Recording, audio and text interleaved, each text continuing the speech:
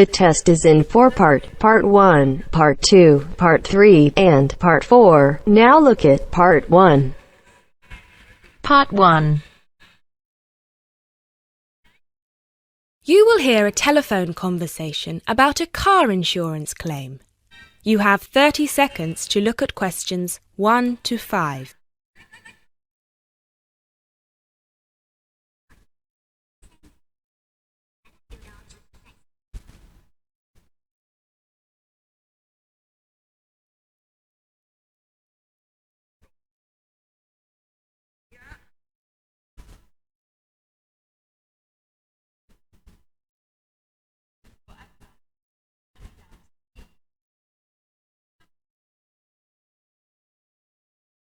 Good afternoon. Watto Insurance. This is Janet speaking. How may I help you? Yes, hello. I would like to make a claim on my car insurance, please. Certainly, sir. First of all, I'd like to inform you that all of our calls are recorded for monitoring and training purposes. Is that okay? That's okay. Could you please tell me your full name? Sure, it's Mr. Bennett Fisher. Okay, sorry, how do you spell your surname? It's spelled Fischer. Great, thank you. I see that you have taken out a third-party fire and theft premium with us on a 2013 light blue Volkswagen Passat. Is that okay? Yes, well, almost. The colour is not light blue, it's light green. Okay, thank you for updating your information with us. What is the nature of your claim with us today? Last weekend, I had driven up to York on business and left my car in a monitored car park. However, it was only monitored until 8 p.m, and I did not return to collect it until 9:30 p.m, after which no car park staff were present. When I arrived at the car park, my car wasn't there. It must have been stolen. I see. Were there any valuable items left in your car which could have been seen from outside? Well, I had recently bought quite an expensive radio for my car, but the front panel is detachable, and I always stow it in my glove compartment. So, no, there wouldn't have been anything valuable on display. Okay, Mr. Fisher. Thank you for that information. I'm going to send you some forms through the mail for you to fill in. Before I can do that, I need to ask you a couple more questions. Is that okay? Of course.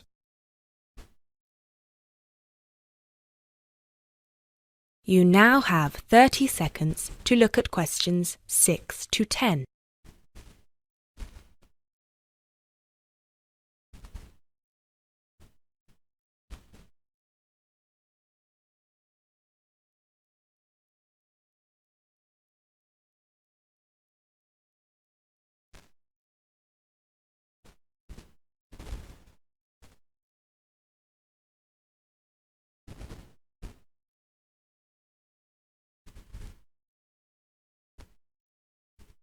Thanks, Mr. Fisher. First of all, could you let me know your policy number, please? Of course. I have it right here. It's G34C245. G34C245. Thanks. And the type of claim? Shall we say stolen car? Yes, the car was definitely stolen. I reported it to the police immediately. I actually have the report number here if that's of any use. No, not right now. But keep hold of that as we will need to see a copy of the police report eventually. Which police station did you report the offence at? York Police Station. Was it your first time in York? No, but it was the first time I'd driven there. I usually take the train. Were you aware that the car park was only manned until 8 p.m? No, I was not aware of that. Were there any signs put up on the premises that informed car owners of the risks of leaving their cars after normal operating hours? Yes, but they said the car park was going to be guarded until 10 p.m, at which point the entrance is barred so no cars can come in or out. Was any reason given for that sudden change? The police informed me that the staff on duty that night had left on an urgent call. I believe it was something about a family member being admitted to hospital. Were there any personal items left in your car? Yes, first of all there was the car radio I mentioned before. Ah, yes, of course. Anything else? Just some CDs and an old jacket. Right. Thank you, Mr. Fisher. I have everything I need for now and will send these forms out to you shortly. When you get them, please fill them out with as much information as you can, and where possible, include copies of any relevant documents to support your claim, such as police reports and registration details. Once you have returned that to us, we can then start to assess whether you will be eligible to receive compensation. Do you have any further questions for me today? No, that's all. Thanks for your help.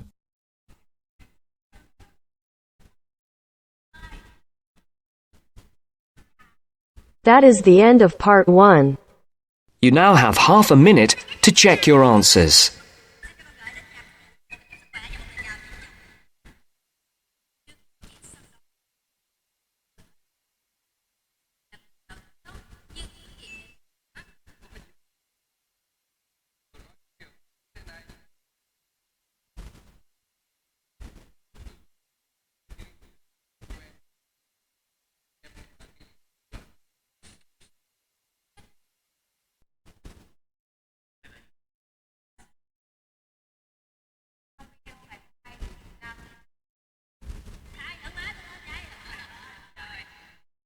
Now turns to part 2.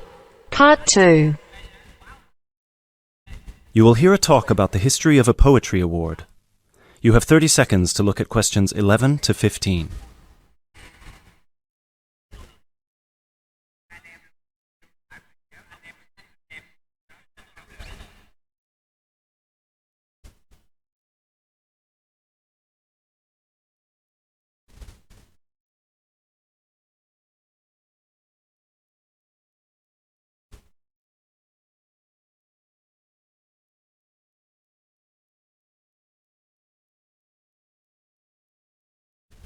Hello everyone, and welcome to this year's award ceremony for the Antonia Watson Memorial Poetry Award. As with previous years, the competition has been particularly fierce and we received numerous excellent entries, so it's an incredible achievement for our 3 finalists who are sitting here amongst you, and we should congratulate them all. However, as with every competition, there can unfortunately only be one winner, and we will be announcing them shortly. Before we do, though, a few words about the award itself.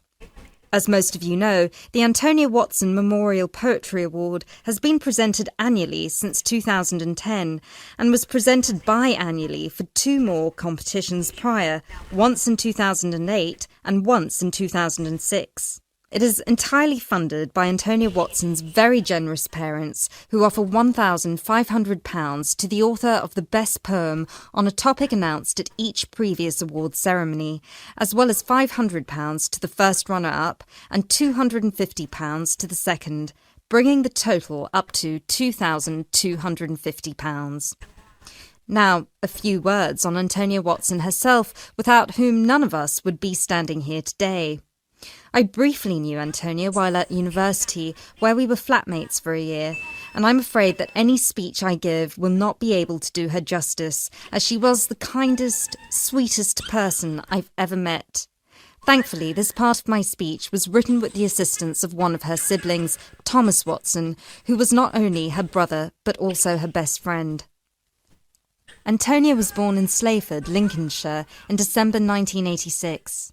From a very young age, she displayed an inquisitive and creative nature, matched in volume only by the gentle kindness of her spirit.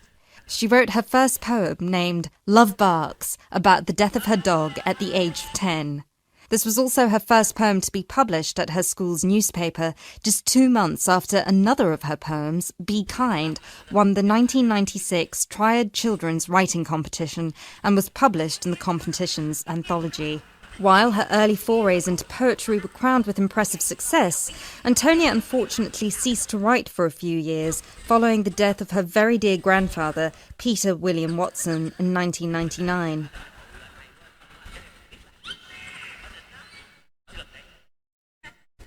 You now have 30 seconds to look at questions 16 to 20.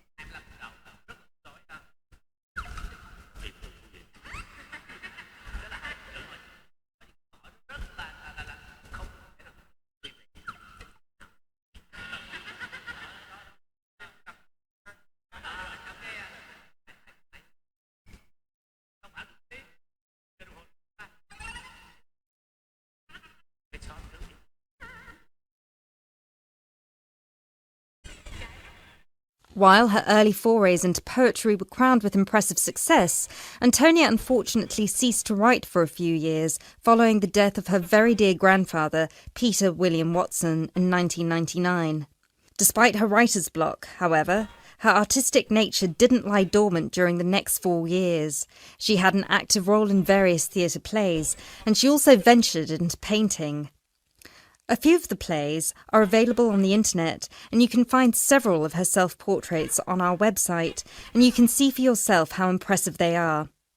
But poetry, of course, remained her passion even then, which is why in 2003 she resumed writing, and her next poem, The War on Both Sides, was published in her college's journal. At the age of 18, Antonia moved to Sheffield to study English literature at the University of Sheffield. This is where she and I met, spending a whole year in adjacent rooms in a flat in central Sheffield. This is also where I met her good-natured, generous parents, Mr. and Mrs. Watson, who came to visit her regularly and always treated me like a daughter as well. Antonia and I grew very close during that period, and while we ran in different circles, we always found time for each other every week. Antonia self-published one collection of poems in August 2005. It was named Burning Stars, after the poem on page 16, which is also the date of her birthday. It was an immediate success amongst her peers at the University of Sheffield, and it was so cherished by her English literature classmates specifically that it had attracted the attention of one of her lecturers, who put her in touch with a literary agent. She had been due to begin working on her second collection right before her tragic passing in a car accident just 5 days before her 19th birthday in December 2005.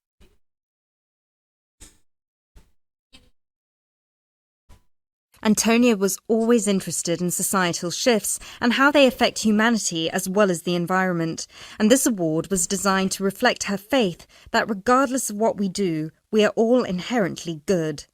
With this in mind, all of the topics this competition has dealt with have been about the potential and the positive side of humanity, such as this year's Young Love theme or last year's Inner Power theme. We've had poems about personal strength, about immigration, about gender equality and peaceful protest. And hopefully in 12 months, the poems we'll be awarding will be just as inspiring with the topic of poverty. I know Antonia would be really proud of what her parents and what all of you together have achieved. So, finally, let's get on with the actual award. As I said before, it's been a fierce competition this year, and with more than 5,000 entries, it was quite the task for our 3 judges to cut them down to just 3. But our 3 finalists definitely deserve to be here, and without further ado, I would like to... That is the end of part 2. You now have half a minute to check your answers.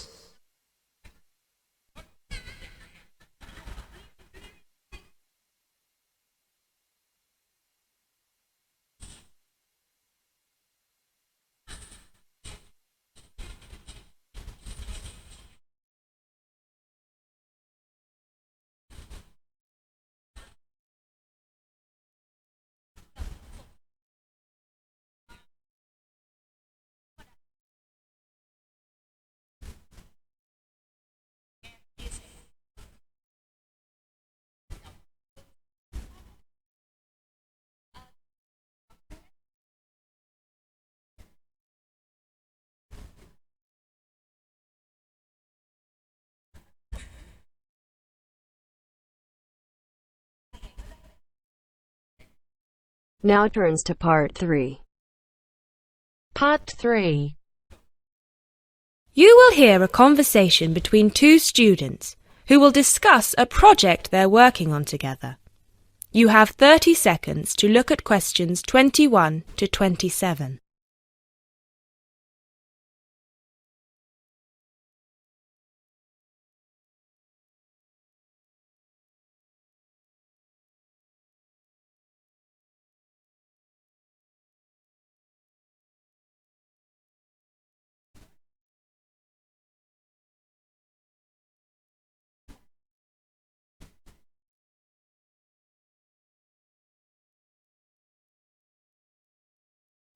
Hey, Jess. Glad you could make it. We've got a lot to discuss. Hi, Matt. Yes, sorry I'm a bit late. I did bring all my notes with me. Yes, me too. Where shall we start? Well, I think it would be a good idea to clarify our objectives just one more time. Yes, good idea. Okay, here we are. We need to record, photograph, and identify the plant species in 10 1-square-meter plots. Does it say anything about where these plots should be and how they should be laid out? Ah, here it is. It says that all the plots need to be no more than 10 meters apart. And how do we choose them? Ah, this is the fun part. I remember this. Here we are. Make a 1-meter square frame using bamboo sticks available from the department stores. Yes, we've already done that. I know, I'm just reading the whole section. Okay. One person stands roughly in the middle of the chosen area and throws the frame. The other person uses a tape to mark out the square where the frame landed and returns frame to thrower. The thrower then turns a few degrees on the spot and throws again. The thrower must turn slightly after each throw and vary the force of the throw until after the 10th throw they are pointing in almost the same direction as the first. That sounds a bit complicated. That's only because it's all in writing. It's just a simple throw, turn, throw, turn, throw, turn until we have 10 squares. And I guess you want to do the throwing. Well, if you don't mind. I'm sure you'll be more accurate at marking the squares. Yes, I am sure I am, and I'm sure you've got a stronger throwing arm.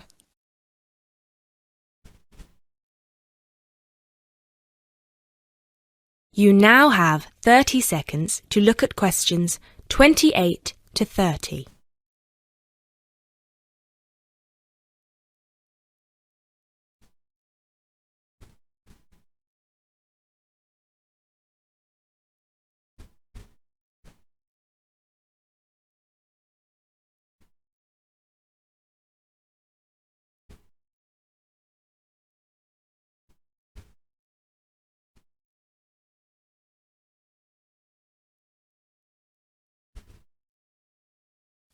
Okay, good. We've got that sorted. Now we need to decide where to go. Yes, I've been thinking about that and I've brought the map. Ah, well done. I forgot mine. Now, I've identified 3 possible locations, but they've all got some disadvantages. Okay, fire away. Well, the area around this lowland marsh could be interesting. There'll be a lot of interesting water plants here. Looks good, but what's the problem? Mainly that it's already a designated nature reserve, and I think there's already been a lot of research done here. Ah, I see. Well, I'd rather do something that's new and can be useful. I agree. That's why I identified this area further west. See, here, behind the beach. Oh, yes, I see. That area there, where it's flat, but quite high. Exactly. If you look a bit further inland, you'll see that there are hills which will protect that area from strong north winds. I see. Excellent. But what's the problem? Just that it may not be very interesting. We know that the geology there is not conducive to a wide variety of plants. I agree. So what's your last idea? Well, I think this one is a bit of a winner, although I did want to show you the other 2. Look up here, on the north coast. Where? See this bay? Well, I know that there's been quite a lot of studies done here, but a bit further to the east, behind this headland. No one has ever looked at that. Well, I certainly couldn't see any studies. That is interesting. And the plant life could be a bit different because of the shelter from the wind the headland provides. Exactly. Brilliant, Jessica. That's a great idea. We'll go there. Thanks. Now all we have to decide is when is a good time. Well...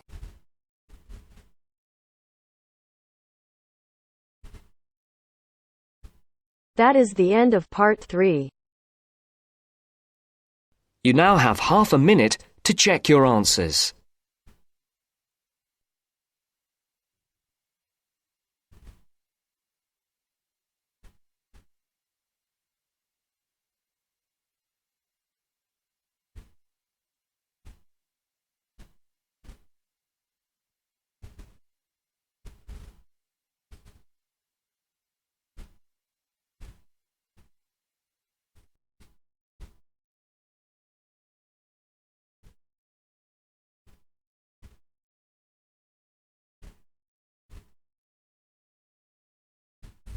Now turns to Part 4. Part 4.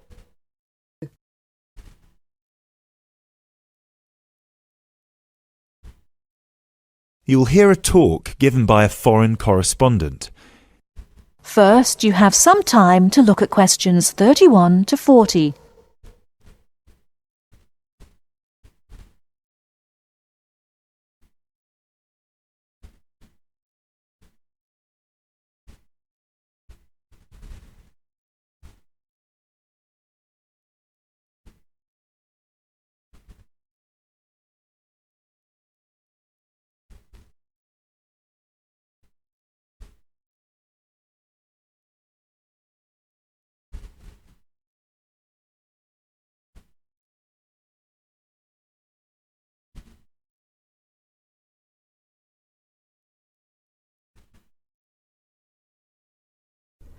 Now listen carefully and answer questions 31 to 40.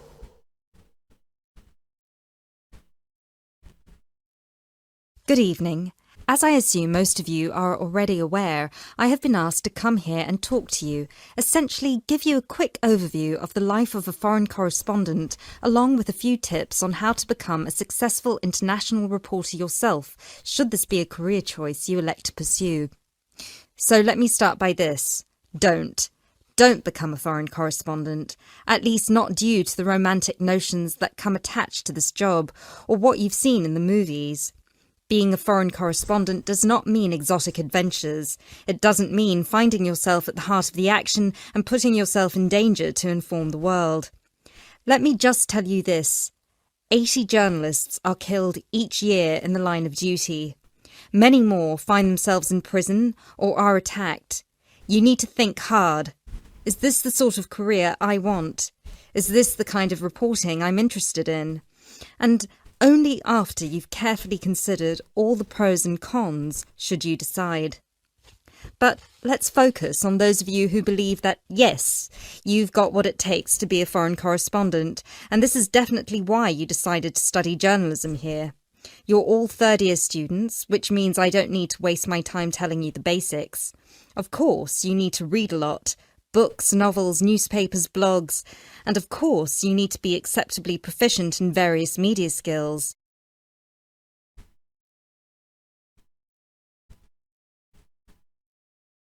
But what is it that's going to separate you from normal journalists and reporters? There are 4 things that'll make you different. The first thing is your experience of the world. You can't call yourself an international reporter unless you've been around and seen different places and different cultures. Seize every opportunity to visit other countries, meet people from around the world. It doesn't matter if it's business or leisure, just hop onto a plane and go everywhere. This will expand your horizons and sharpen your mind, something that, as a foreign correspondent, will help you understand better the culture of the country you'll be covering. And speaking of culture, this is a term you need to make sure you fully understand. What's culture? What makes a country's culture? Explore the culture of the country you're interested in. The music, the literature, the religion. Are there any cultural practices or conflicts you need to be aware of? Are there any tensions within the country? Why? The most important element of culture, of course, is the language. Do yourself a favour, whether you're planning to become a foreign correspondent or not. Learn a foreign language. So many of us are culpable for just sticking to just English. And while English is a very important language in the world, it would be foolish to think it's the only one. Pick a language whose sound you enjoy, a language you find interesting. Trust me, your future CV will thank you for it. And finally, history. Don't expect to be given a job as a foreign correspondent if you don't know anything about your target country's history. No piece of news is disconnected from the past. The whole world tells a story, and your coverage will suffer if you attempt to arrive in the middle with no reference to or understanding of what came before. The hows and whys always lurk in the past. Seek them. The world of international journalism is changing, like every other industry, due to the internet. The arrival of globalization brought with it a whole new set of rules, and you'll do well to comprehend what they mean for you. Unfortunately, gone are the days when a newspaper would hire you and deploy you to a country. Increasingly, newspapers around the world are beginning to favour freelance journalism, offering opportunities to local reporters with the necessary chutzpah and an understanding of the zeitgeist in their region. What this means for you is that you won't just have to start at the bottom. If you want to sustain yourself as an international reporter, you'll also have to pursue many different avenues at once. You'll need to persevere and push and build contacts everywhere. An old student of mine, a terrible student at university, but an incredibly intelligent woman, she came to find me at a conference that was recently held in Yemen, where I delivered a speech on the future of journalism. She was working for 3 different newspapers as a freelance foreign correspondent, one of them The Times, and she told me that the one piece of advice I gave her that stayed with her and helped her with her career was this: don't be afraid to fail. It will happen over and over again. It's how you deal with it that matters most. So keep this with you, this one piece of advice. Oh, and don't forget, your passports need to be kept current at all times. Thank you very much for listening.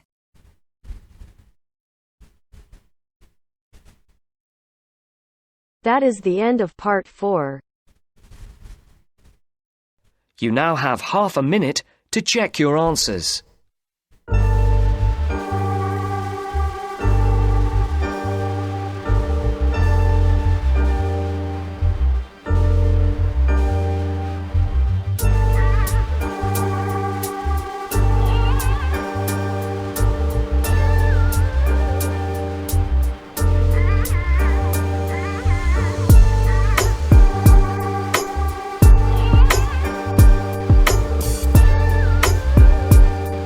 That is the end of the test. You now have 10 minutes to transfer your answers to your IELTS listening answer sheet.